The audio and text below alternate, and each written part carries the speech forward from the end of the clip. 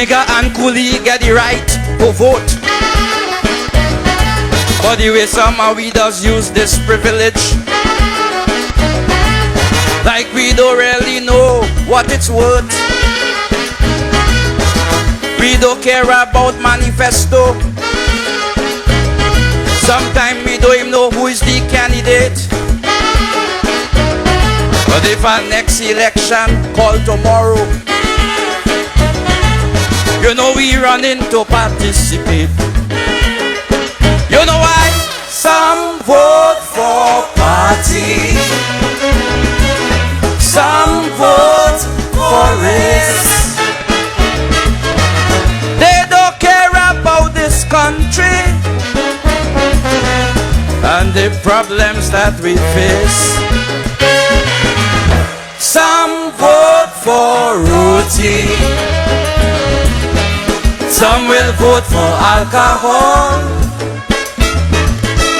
some will vote for a Josie, and some don't vote at all.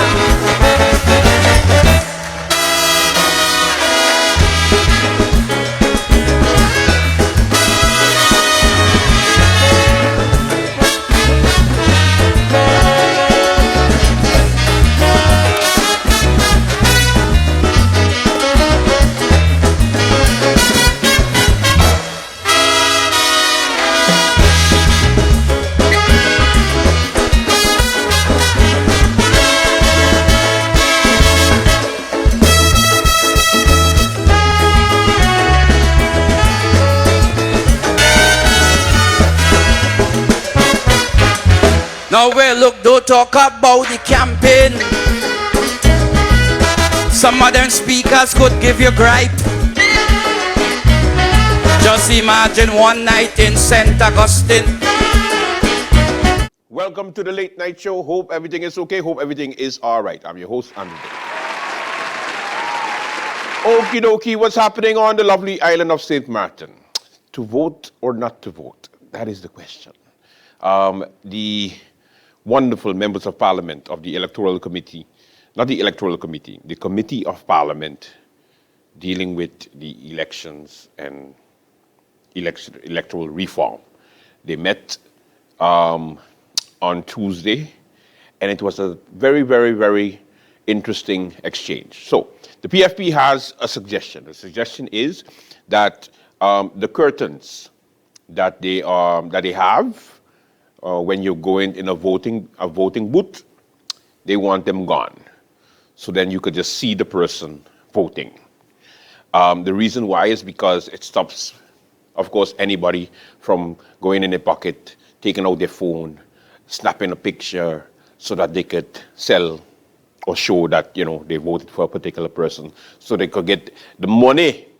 Now, of course, there are so many logistical reasons why it does not work. However, you know, that's why it came to the committee so that they can start the discussion. So, you know, you had MPs giving different suggestions or giving different indications and scenarios of how people sell their vote.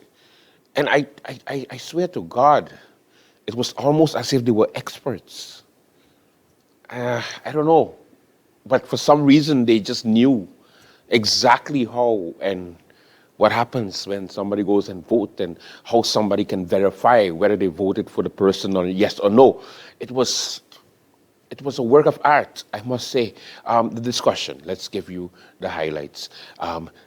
Try to follow it because it was back and forth all over the place.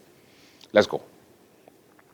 The PFP's faction position on this issue has been made clear in our two, soon-to-be 3 letters to the Prime Minister, as the government continues its much-talked-about trajectory towards electoral reform. So I look forward to hearing from my colleagues on this issue and the discussion to follow. Thank you, Madam Chair.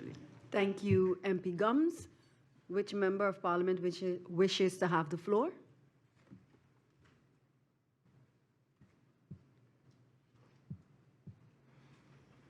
MP Heilige Martin, you have the floor. Good morning, Madam Chair. Good morning to everyone listening and viewing online, and good morning to my fellow colleagues, and good morning to those sitting in the tribune.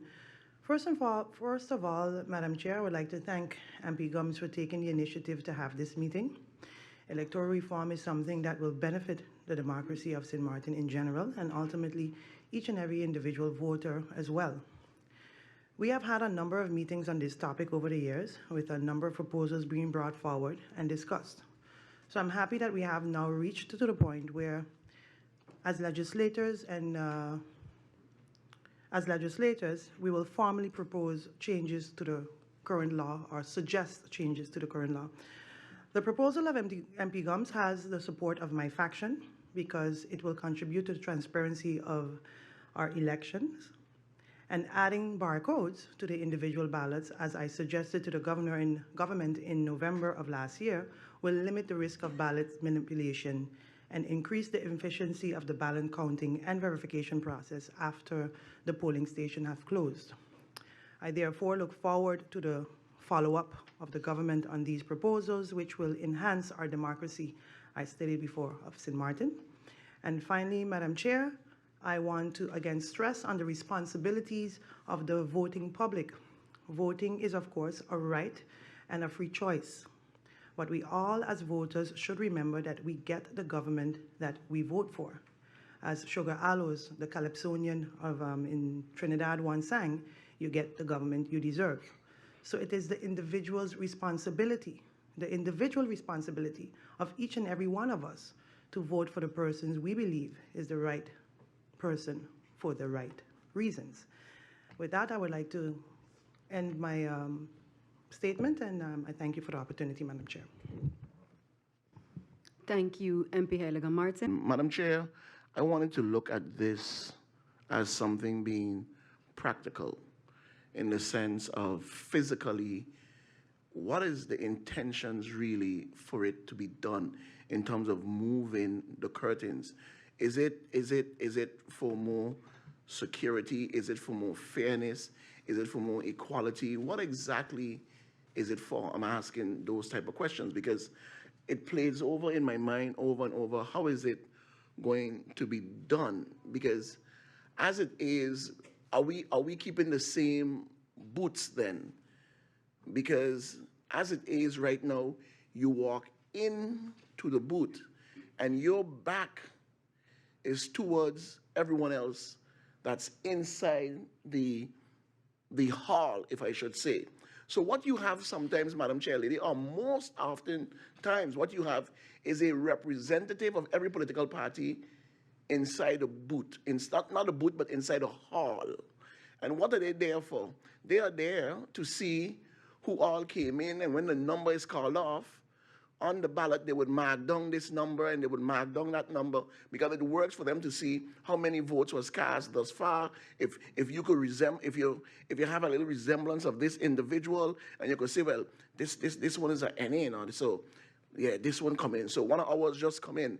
You know, I have been in the hall so many times, and this is what goes on. You also have the staff that works there, and you also have a police officer who does be there most times. But you have a curtain. You have a curtain. So those that are behind you can't see what goes on with you inside of the booth. Now, Madam Chair, with the removal of the curtain, because this is what I'm asking, are they going to turn the booths around? Would our back still be facing those in the back of us? Because if that is the case, Madam Chair, most of the times a ballot is about the size of this. Most of the time, the ballot is about this size in width. Most times. And because you most times you have 5 and 6 and 7 parties. So now if you have 8 political parties, you have a ballot about this size. I'm just asking the practical question because now let me stand up and say I go into the booth with my ballot like this, Madam Chair. If I go in with a booth and this is my ballot and I take the pen, but there's no curtain behind me. There is no curtain, and I'm taking the pen because now the pencil, the red pencil, you have to circle inside a small little dot that they have. You have to circle inside. But now there's no, how should I say, privacy. There's none, because now the curtain is removed, and you have the different parties coming down. If I'm standing and everyone is behind me, and I take that little red color pencil and I do so, but everyone else who is behind me, who have a ballot, a dummy ballot, and you have dummy ballots. You have dummy ballots. So the political parties that's inside, that's taking the record, they have dummy ballots. So they know how the political parties are aligned on the correct ballot. But there's no curtain behind me. There is none. So if I take that red crayon or that red pencil and I have to mark here, those behind me would automatically see which side this person put that mark on, or if I shift this way, or if I shift in the middle. That's what I'm asking. How is it going to be when you remove the curtain? Because it can't simply just be removing the curtain. It can't simply just be removing the curtain. Okay, we remove the curtain, and then what? Because then there's no more privacy, there's no more secrecy, there's no more I am of my free will and intentions to go and vote. I sure if I mean, whoever is behind me and I put my pencil mark here, or my pencil mark here, or my pencil mark here, they're going to see it. Is it going to be a case now where I have to scooch down like this and try? How is it going to be, Madam Chair Lady? Those are the questions that I'm asking with the removal of the curtain. So I'm asking my colleagues that presented it, is not against or for, is removal of the curtain, and what in terms of secrecy, security, privacy, for one to have that free will to mark on their ballot their choice who they want to vote for. Thank you, Madam Chair. Thank you, MP Emmanuel. I give the floor to MP Gums. Thank you, Madam Chair. Just if I could have the opportunity to respond to some of the questions. So the goal is to remove the curtain to protect the electoral process. I've only participated in one election as a candidate, as a party leader, but I was never offered the opportunity to be inside the polling station while votes were being cast. I voted Melford Hazel. I was held in a line, allowed to go inside by myself. There was no party representative from any of the parties in there marking off anything or checking off anything. It was just the staff, the security. I'm not sure how it goes at other polling stations, but I assume all of us live in different districts, so we can weigh in on that. But at my polling station, that was not the setup, nor were any political representatives allowed inside. So privacy is guaranteed by the walls that already encircle and encapsulate the voter. The curtain allows for the voter to disregard the signs that are outside each polling station to not use your mobile phone. When you close that curtain, is you, the ballot guard, and your phone, basically. So the motivation to remove the curtain is to take away that opportunity of the voter to sell their vote. And I 100% agree with MP Pantoflet that we need to do a lot more work to educate the voters on why selling their vote is actually bad for them and for the country in the long term. I also want to state that in the original document that was sent to the Prime Minister, I already provided examples of the fact that if you look at within the kingdom, for example, St. Martin and Aruba are the only two with a curtain still. Sabre does not have a curtain, and they have a much smaller population than we do. So if the concern is who could see you moving to what party on the ballot, I think they would have to also kind of be worried about that, but they don't seem to be. Their elections have continued fair and free and open. One thing that struck me from the proposal regarding the curtains is the reference to Holland. And I think in Parliament we are too inconsistent, with sometimes saying, well, what works in Holland does work there, and then sometimes at the next breath saying, yeah, but you can't compare Holland to St. Martin. That is an inconsistency that I'm noticing. And if something is good in Holland and we think we can apply it, just say, well, I like how Holland does it. But let's not make it that that's the gold standard. And then on the other hand, for other issues, you say, yeah, but that can never work in St. Martin. Let's just be consistent that you use that as a case, but not kind of putting Holland or Curacao or other countries as if there's a sort of pressure on the member of parliament to say, oh God, I better agree to this proposal because Holland doing it and Curacao doing it and Sabre doing it. St. Martin is an extremely unique place. We have to take an amalgam of different ideas and apply it to our country, due to our size, due to our border, due to our cultures. So all I'm saying, that was the first observation. I understand the premise of looking at Holland, but what I thought was maybe a fairer way to look at it is what is maybe an international standard, okay, that gives you best practices, not telling you this is how you got to do it, but some best practices. And when I researched some of the best practices or which organization tends to support countries with that is I sought the International Institute for Democracy and Electoral Assistance. And regarding balloting, they state the following.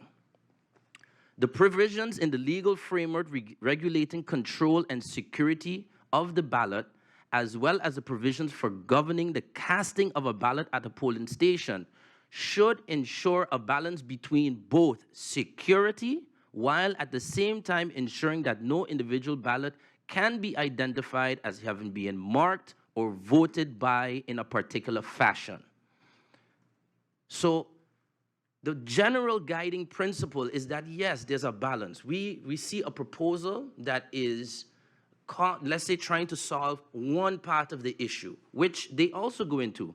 Ballot secrecy is an effective counter to vote buying, to voter intimidation, and to other undue influences. However, no member of a polling station committee or any other person, except during the counting of ballots, should allow to see the manner in which a voter has marked a ballot.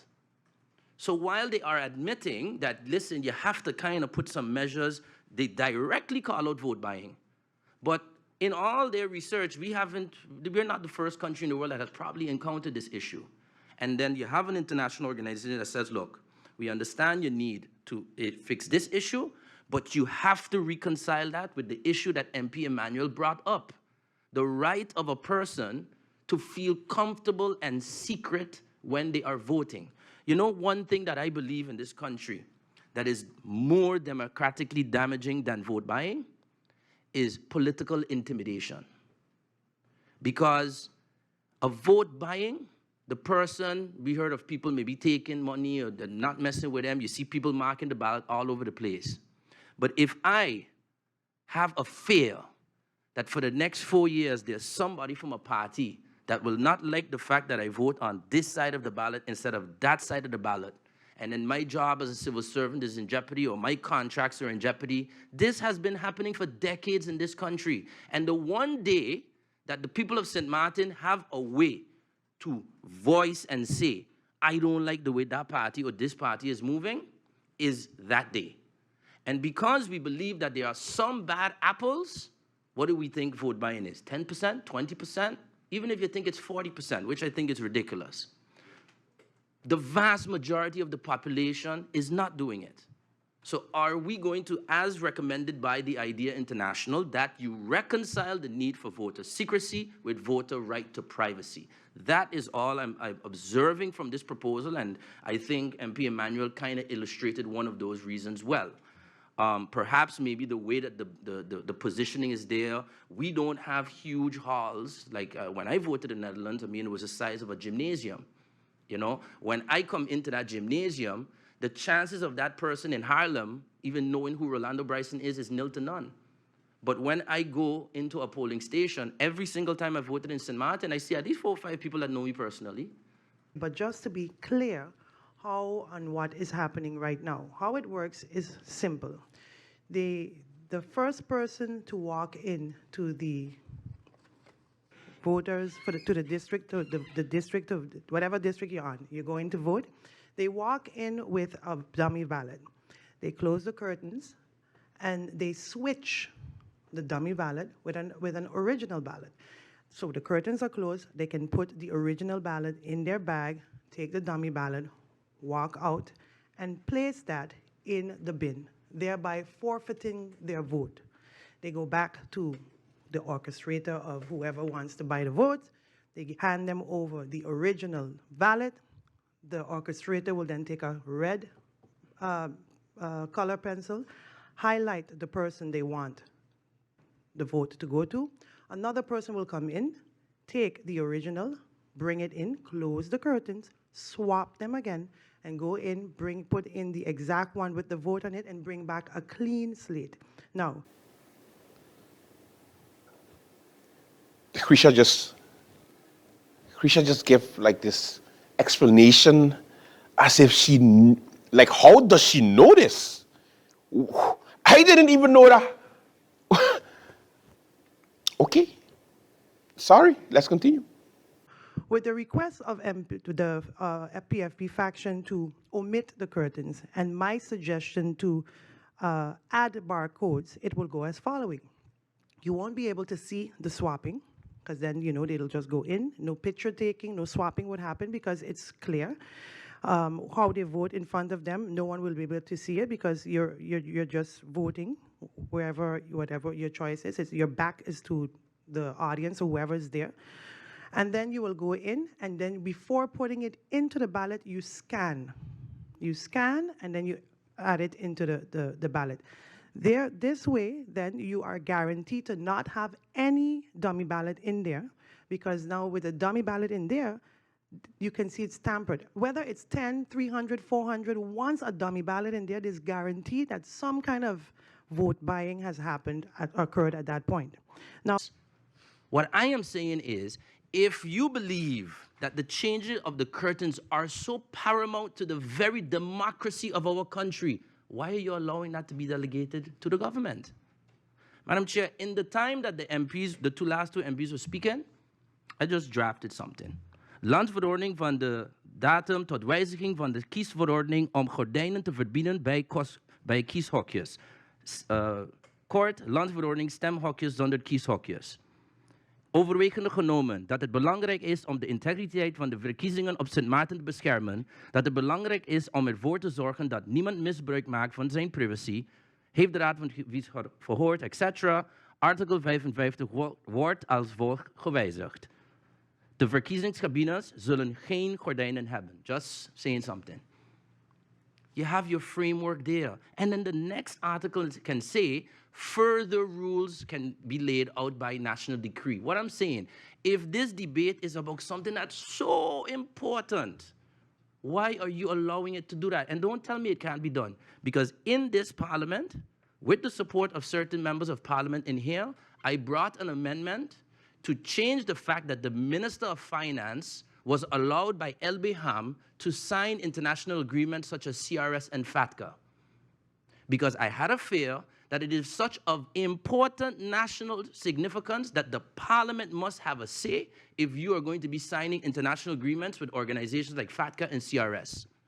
But the LB Ham allowed the minister to do it. I didn't pass the buck to then Minister Perry Hearlings. I said, Minister, we need to sit down and come to an amendment, because you have to ensure that the parliament is involved before you go signing these type of agreements that could destroy our financial system.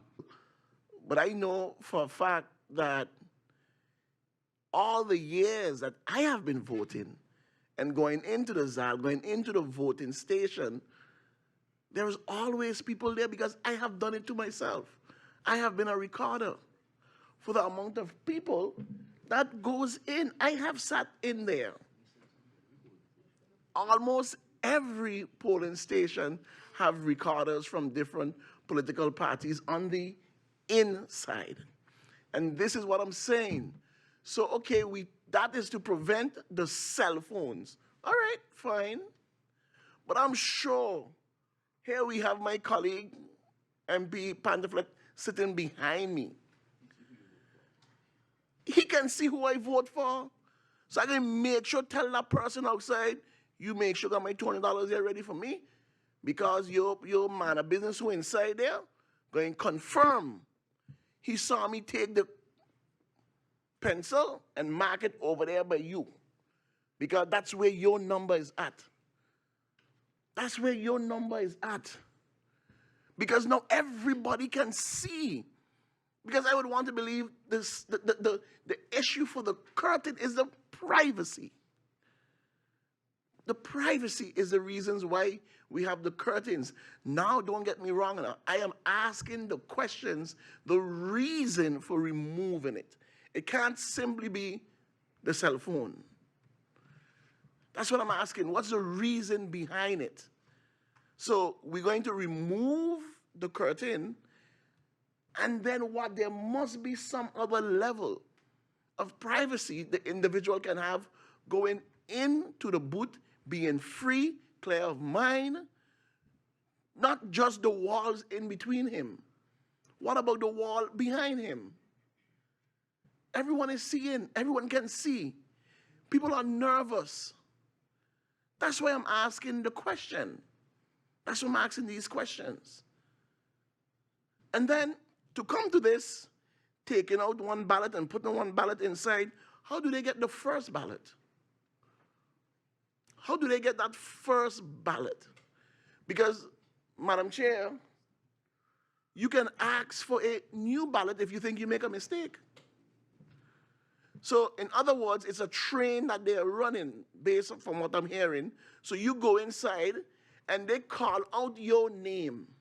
Not only do they call out your name, they call out your number. And they hand you that ballot. You go inside the booth. What do you do with that ballot? You take that ballot and you put it in your pocket, and then you pull out another ballot that was given to you from the outside, and you come back outside of the booth and you shove that one inside.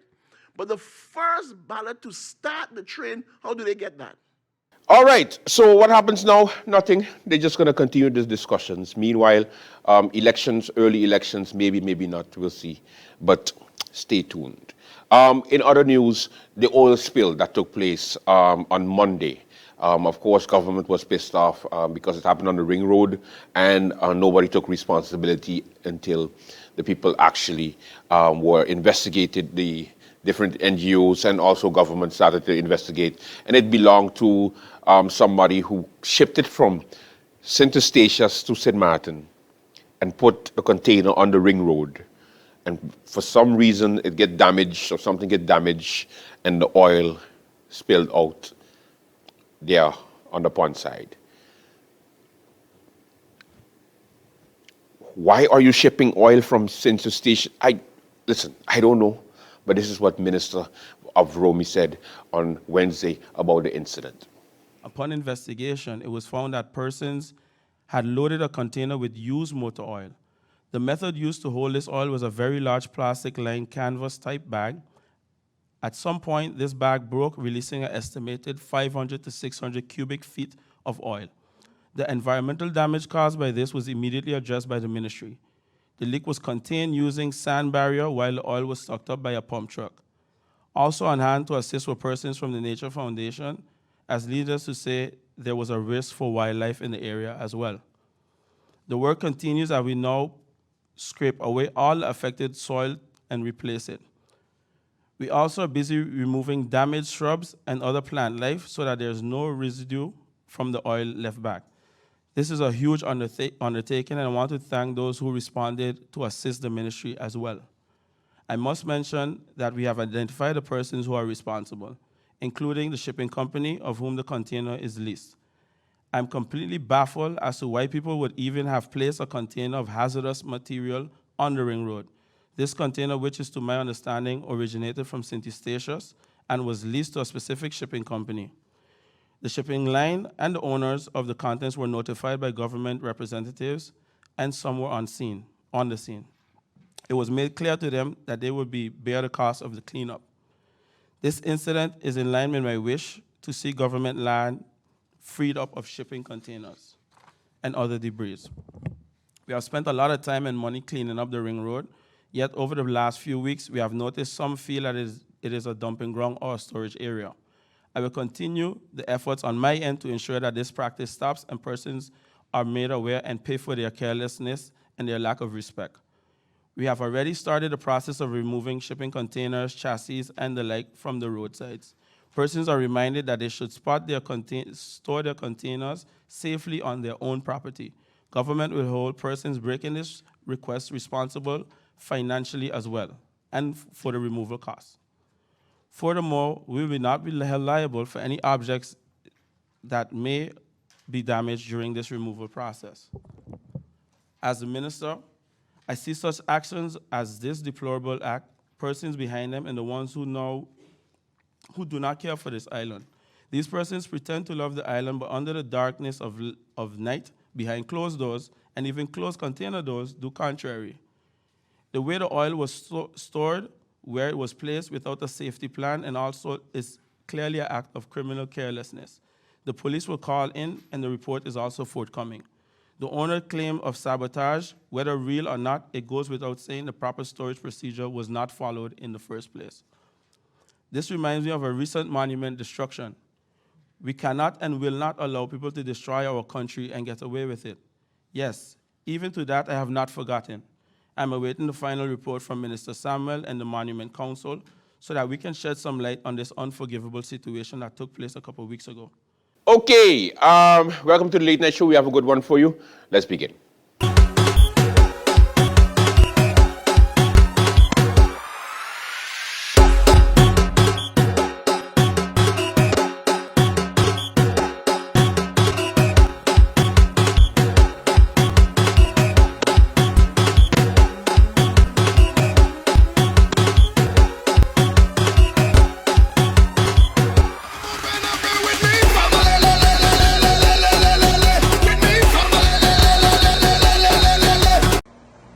You know it's me, Mr. H.E., straight out of Sugar City, St. Kitts of the Grandmaster's Banner. Yo, let me tell you something now. Say, Martin, we coming. How you mean? On the 25th of February, we will be there. How you mean? Yo, we're going to be sexy this tonight. You're going to be crazy. This one is called Outside Again. Say, Martin, Sugar Man style. Yo, trust me, you're going to be sexy. You don't know. Grandmaster's Band will be there. Collision Band, a whole heap of DJs right there at Moon Bar. People, get your tickets. You don't want to miss this one because you don't know. When Grandmaster's Band come around, it's proper shellings. You understand? Outside Again. Yo, you're going to be madness. People, come on. We're on the outside again. How you mean? We're outside like a doormat. Yo, watch it now. Yo, people, the 25th of February, don't miss it. Moon Bar, gonna be, hey, yo, shell down. Yo, watch it, you know, Grandmaster's Band, we're coming, rooting, ra, ra, ra, boom.